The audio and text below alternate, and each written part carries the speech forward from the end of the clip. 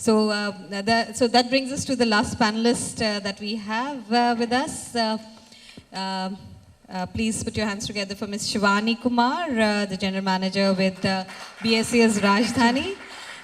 She has been associated with the hospitality, finance, and infrastructure and energy sector for the past 18 years.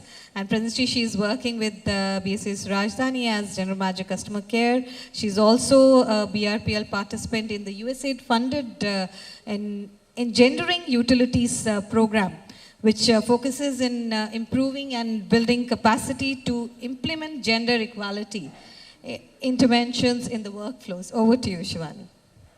Well, thank you. Am I audible? Yeah, okay. So, yes, to start with, BRPL has been, a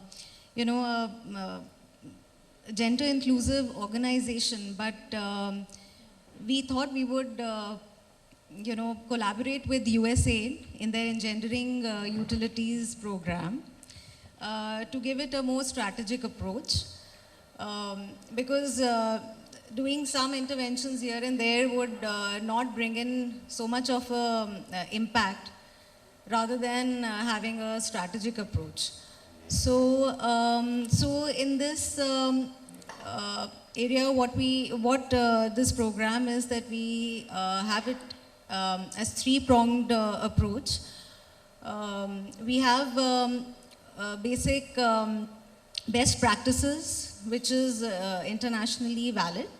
Then we have an expert coach who gives us customized interventions and coaching. And the third is, of course, USAID has partnered with Georgetown University of Washington, D.C.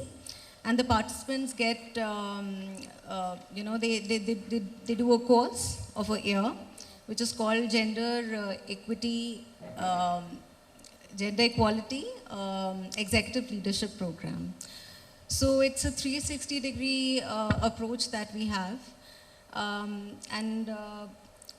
We've been participating in this since a year now.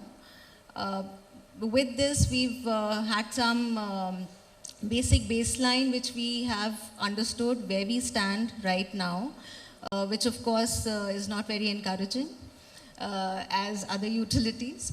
So we've understood where we are, where we are doing good, and in which areas we need to improve. So basically, this benchmarking has been done across all utilities, and that's how we've started from. So as far as the interventions are concerned, I think where we can start is, and what we are doing in BRPL as well, is that we are doing a survey of all women employees and understanding their aspirations as to where would they want to be and which areas would they want to work in. I think it wouldn't be, it would be really beneficial if the organization and the employees are on the same page.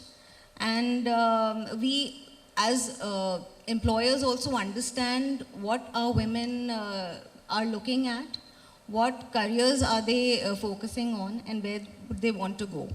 So one is that we are looking at having input from all the women employees, and we are focusing on promoting them, mentoring them, as we've all been discussing here. Mentorship is really important, and I think if males and females, if we have female role models, I think women in the juniors would look up to those female role models and also aspire to become one of them. So this is one thing which we are doing. And we also talked about unconscious bias. So we are having workshops and trainings for all our employees, including males and females, of course. Because, females also have unconscious bias somewhere. She's a female, probably she would get married and, maybe she's going to have a child. So how would we, take care of this section of work? So all of that has to be taken care of, course. All this is important and we need to address that. but we need to collaboratively work, the employees, the females, males, the seniors, and the HR department has to work all together. We are working on that and working out ways how we can implement the policies. Okay, the one thing which is very important, we are also revisiting our policies, HR policies and practices, and now looking at it through gender lens. You know, how we can make it gender neutral. So that is one thing that we have been revisiting, and there are a lot of policies we are trying to do that. And since we are talking about being gender neutral, so we've also introduced paternity leave, which includes male, because we've all been talking about maternity leaves and it should be increased. We are not biased at all. Yeah, we are not biased, because if we only talk about female equality, you know, gender equality, with only seeing what females want, then we would be actually being gender biased against men. So, yes, so paternity leave has been implemented now, though late, but at least we've started. And we are also looking at daycare facilities which can be provided to males.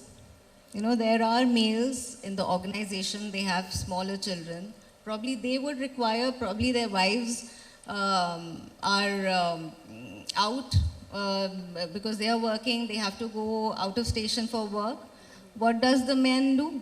He would also require daycare facility. So if you only focus on females, then it would be very difficult for males to get the buy-ins of males. So let's see, we are in the process. We have to do some deliberations.